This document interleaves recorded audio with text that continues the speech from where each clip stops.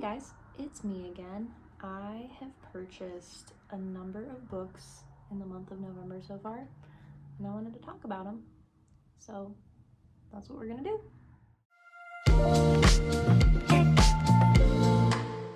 So the first place that I purchased books from was an Instagram and Etsy shop called Wombhouse Books. I usually don't buy books online very often, usually only if I'm looking for a specific edition, whether that's something older or something like from the UK. But I do keep an eye on Wombhouse's Instagram, just because Jessica, who runs it, usually finds books that are right up my alley, and they typically tend to sell out pretty quickly. Fun little goodie that I received with my order this time around was a tote bag, and I was like, how does she know that I love tote bags? But I think it just makes sense. You can just tell.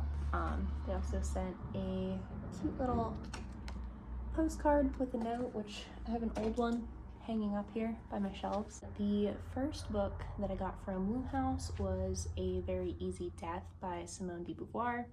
I am slowly building up a collection of old mass market paperbacks of her books for some reason. I just really love the covers of them. Usually they can sometimes be a bit annoying to read because they're tiny and the text is usually pretty tiny. I really like how they all kind of look on my shelves, and I'm just slowly making my way through her work. I feel like a lot of her stuff hasn't really been published in updated formats recently either. The back of it says, one of the world's greatest writers examines the day-by-day tragedy of her mother's death and the mystery of human existence. It's a short little guy, but I think it talks a lot about her relationship with her mother and then kind of the end of her mother's life, so probably deals with grief and things like that. So yeah. The second book that I got from Wombhouse is Daybook, The Journal of an Artist by Anne Truitt. I cannot remember who I heard about this from. I believe that it was on YouTube, and I want to say that it was Katie's Shelf Life, but I'm not 100% sure. I couldn't find the video about it that I was looking for. Either way, her YouTube channel and her Instagram are great, so I'll link her down below. This book is Anne Truitt's journal. It says on the back here that it was written over a period of 7 years, and it looks like it deals with a lot of different things that really appeal to me. It talks about a career change from psychology to art, her daughter's journey into motherhood, has some criticism in there, and just different questions that I think artists struggle with, the balance between domestic activities and kind of her work as an artist too. So sounds like maybe it'll be kind of similar to A Life's Work by Rachel Cusk, things like that that deal with those same kind of questions. The first couple pages in this are loose. I'm sure that I can kind of probably easily glue them back in there, but this was only $3, so I did get a pretty good bargain on it. I don't think that it's gonna really affect my reading experience, so I'm not mad about it. The next place that I got some books from was White Whale Books, which is an independent bookstore here in Pittsburgh, and it is my favorite place on the planet. The first time that I went there, I think last September, I like blacked out and bought 9 books in one go. So they just have such a great selection. Half of the store is a cafe that has like a cute little seating area and really good drinks, so I love to hang out there. Me and my best friend Claire went, I think last week. Time isn't real, I don't know, but I got 3 books from White Whale. I was able to hold myself back from getting any more, but I do have a $10 credit for the next time that I go, so we will be back soon. The first book that I picked up from White Whale, got a little bookmark here. We're gonna put it in my jar. The Bloater by Rosemary Tonks. I had heard about this here and there a little while back, but the Left-Handed Reader here on YouTube really kind of sparked my interest in picking up some of her work. I believe that Renee has read a couple of Rosemary Tonks's works recently and has been talking about them, so Picked this up. Love the cover of this. Also, the colors of it are wonderful. I'm a big sucker for a good book cover. But this says, Min works at the BBC as a sound engineer, and in theory she's married, but her husband George is so invisible that she accidentally turns the lights off when he's still in the room. Luckily, she has her friends and lovers to distract her. So yeah, it looks like it is kind of a tumultuous marriage. And then there is another character called the bloater that she's kind of attracted to, but also not. I've seen some different like passages and quotes and stuff from this, and it seems like it's gonna be funny, maybe a bit of a romp. I'm excited to try out my first book by Rosemary Tonks. The next book that I picked up from White Whale is A Year and a Day by Philip Lopate. I'm not sure. Sorry, Philip. This was kind of a bit of a cover buy. It is a New York Review Books edition, which I love their design and just their books as objects. And this cover is very pretty, very cool. The synopsis of this really drew me in. It says that he committed to writing a weekly blog about really whatever over the course of a year. It was an experiment, and what came out of it was A Year and a Day. A virtuosic, if never showy, demonstration of the essay's range and reach, meandering, looping back, hitting reset, forging on.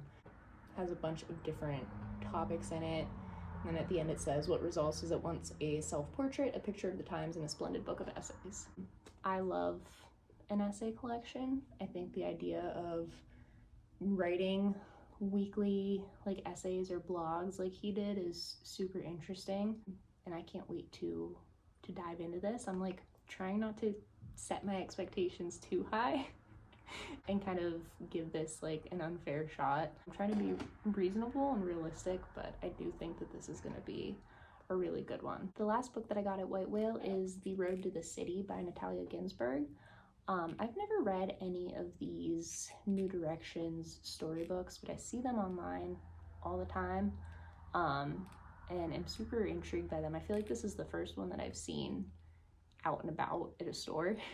But I have read some Natalia Ginzburg before. I read The Dry Heart earlier this year, and that was almost a 5-star read for me. And then I also read Family Lexicon, which I think was like a solid 4 stars. I think I read it while I was in a bit of a reading slump, so it was still pretty good. So this one is quite short, which The Dry Heart was as well. And I feel like based on my experience with her in the past that kind of a shorter book from Natalia is the best. So the synopsis of this concentrates on a young woman feeling her way through life, relatable, restless in her family home and in her village. She is drawn to the city. Apparently this is her very first book, which I actually did not realize until I just read the back of it right now. So I actually haven't looked inside of this. I was kind of curious, since it is like that storybook format, what the inside was going to look like and like what the text would be, but it looks pretty normal. I'm really excited about this. I'm hoping to find some more of these New Directions storybooks. The next place that I shopped from is Rough Trade Books. I ordered this book online from them. They're an indie press that apparently was created by people that also created a record label, so they have like a very DIY aesthetic. I also have their little postcard that I got with the book on my wall here. I don't think that I've read anything from this press before, but the book that I got was I'm a Fan by Sheena Patel. I read this at the beginning of November, and I actually read the ebook on Libby, but I enjoyed it, and this cool edition was on sale at Rough Trade, so I ended up ordering it like right after I finished the book.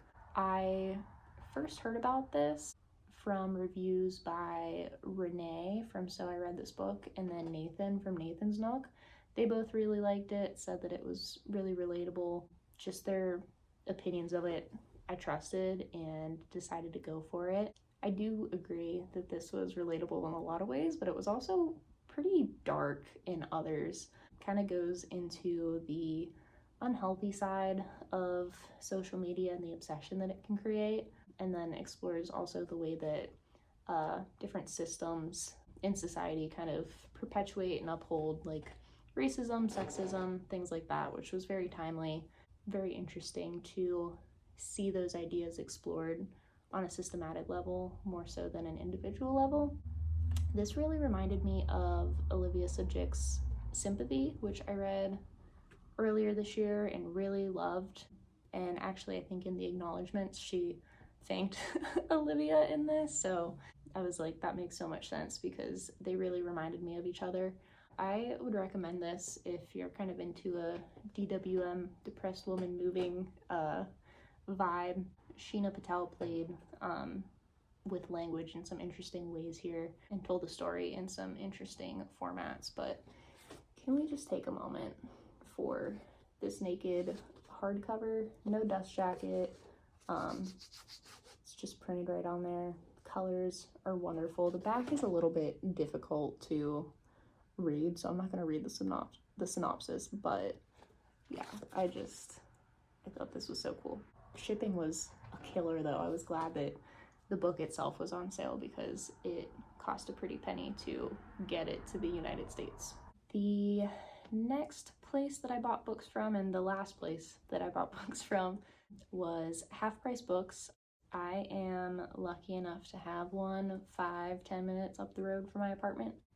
That's the only reason why I've been able to have the collection of books that I do have, because I get so much of them from there and they truly are half price. So I justify it by saying that I can buy double the amount of books that I normally would. So shout out to Half Price Books. But I went there last weekend with my best friends. They casually browsed and were very patient with me while I went up and down every single aisle and looked at every single book that they had on the shelves, because I have no chill and I just have to do that whenever I go there. But I did get like 7 books from there for less than $50, which I think is a steal. So it was a very successful trip. First book that I picked up at HPB was To the Lighthouse by Virginia Woolf. I think this is going to be the next of her books that I read. I read Orlando last summer and was blown away by how much I enjoyed it. I really got in my head about it. I was like, it's a classic. I'm not gonna understand it, I'm not gonna like it, but I was so immersed in it and just so connected to the character. And yeah, it just really kind of changed the outlook that I have on her work specifically, and gave me the courage to jump into some more of it. So I also read A Room of One's Own, which I enjoyed. I kind of want to reread it. It's really short. I feel like I didn't appreciate it enough when I first read it, but I have read a lot of things that are kind of inspired from it and expand on the ideas in it, and it's just something very interesting to me. So I enjoyed that one. Like I said, I'll probably pick it up again at some point soon. And then I also read Mrs. Dalloway, which that one was just fine for me. I read it alongside The Hours by Michael Cunningham, which is kind of based off of the story of Mrs. Dalloway, and I liked The Hours a lot better. So yeah, that one didn't work out as well, but still want to work my way through her catalog of books. I feel like she's a really big influence on a lot of the authors that I read, so yeah, we'll see how this one is. How do you pronounce her name? Anais Nin. Anais Nin. I was right. Forward. You know, that's how I've been pronouncing it in my head. This book that I picked up from Half Price Books was In Favor of the Sensitive Man and Other Essays by Anais Nin. I've been meaning to read her series of diaries. I've had the first one on my TBR shelf for over a year at this point. I think I'm really gonna enjoy it, but I just haven't felt like it's been the right time for me to pick it up. But this is a little tiny essay collection. As we know, I love essay collections, so I feel like this was just a good thing for me to purchase. I feel like I don't really see her books out and about very often either, so when I came across this, I was like, we're just gonna bring that home with me. I think this edition is also pretty cool. I really like the typography on it. Big book cover girl here. I do often judge books by their covers. This has more than 20 essays where she shares her unique perceptions of people, places, and the arts. It also includes several lectures and 2 interviews talking about femininity, book and film reviews, music, the story of her printing press, which sounds pretty cool. Looks like there's also some stuff about her travels in here as well, so I think this will be fun. The next book that I got from Half Price Books was The Last Thing He Wanted by Joan Didion. This is one that I have not read of hers, don't have it on my shelves, so decided to pick it up since I saw it. Once again, I feel like I don't find a lot of her stuff when I'm out and about, even like at the used bookstore, so I have been considering collecting kind of these newer editions from vintage of Joan's work.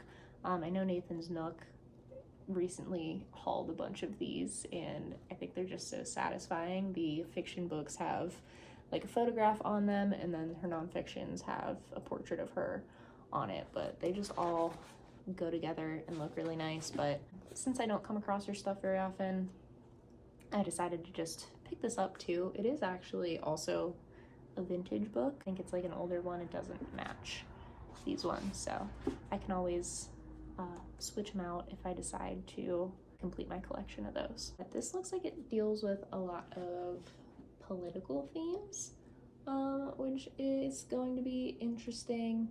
It says that Joan trains her eye on the far frontiers of the Monroe Doctrine, where history dissolves into conspiracy and fashions a moral thriller as hypnotic and provocative as any by Joseph Conrad or Graham Greene.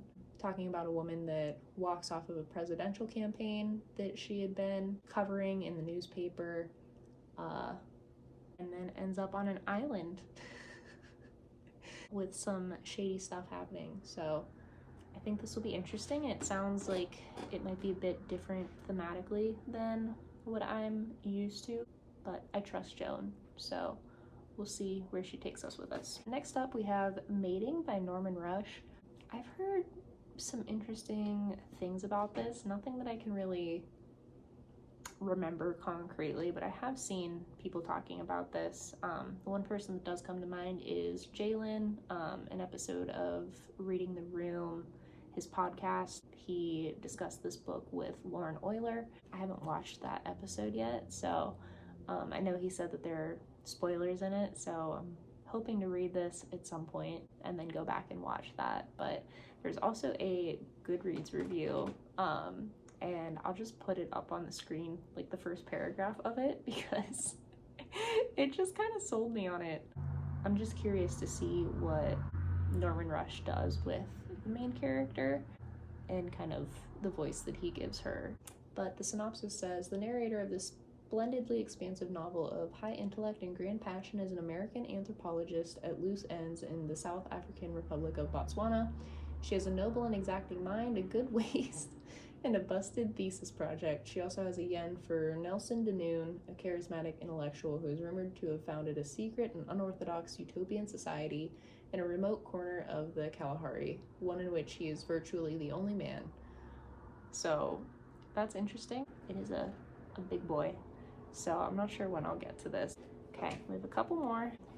Next is Crudo by Olivia Lang. I read her book of nonfiction essays back in September called The Lonely City. I really enjoyed it. I thought that Lang was very insightful about art and personal lives of those artists, so I'm curious to see how I find her fiction. This one says, it's the summer of 2017 and Kathy is getting married. Meanwhile, fascism is on the rise, truth is dead, and the planet is heating up, and Trump is tweeting the world ever closer to nuclear war. I'm not completely sold by the synopsis. I'm curious to see if it feels very 2017 to me. I'm curious to see what she does with that story.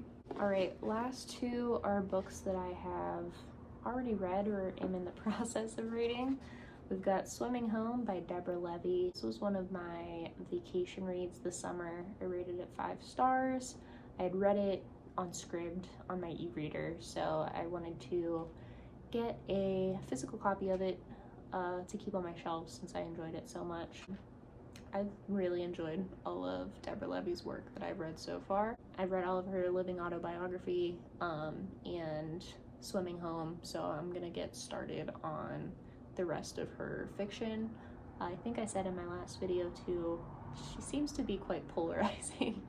I feel like people either love her or hate her, so I feel like I'm on the love train, but we'll see as I make my way through more of her work. And then finally, we have The Prime of Life by Simone de Beauvoir. I am currently reading a different edition of this book, but I mean, it's lime green. It looks cool. So I picked it up again. My goal was to finish this by the end of November, but past week for me has been quite busy and I have fallen behind in my reading 20 pages a day of it, so I'm not sure if I'll be finished with it before the end of November or if it's gonna have to go into December. I don't really want to push myself too hard to get caught up and spoil the experience, so I don't want it to feel like a chore or something that I have to do. So we'll see how far I get with it, but yeah, just wanted to have this edition on my shelf as well. Okay, that is all. Those are the 13 books that I have purchased recently. I feel like I didn't do a great job of kind of giving explanations of any of the plots of these, but I haven't read them yet, so we'll find out what happens in these eventually. But yeah, thanks for tuning in, and if you watched my last one, thanks for watching that as well. I was thinking that 3 of my friends would watch it and that would be it, but yeah, I will talk to you guys later.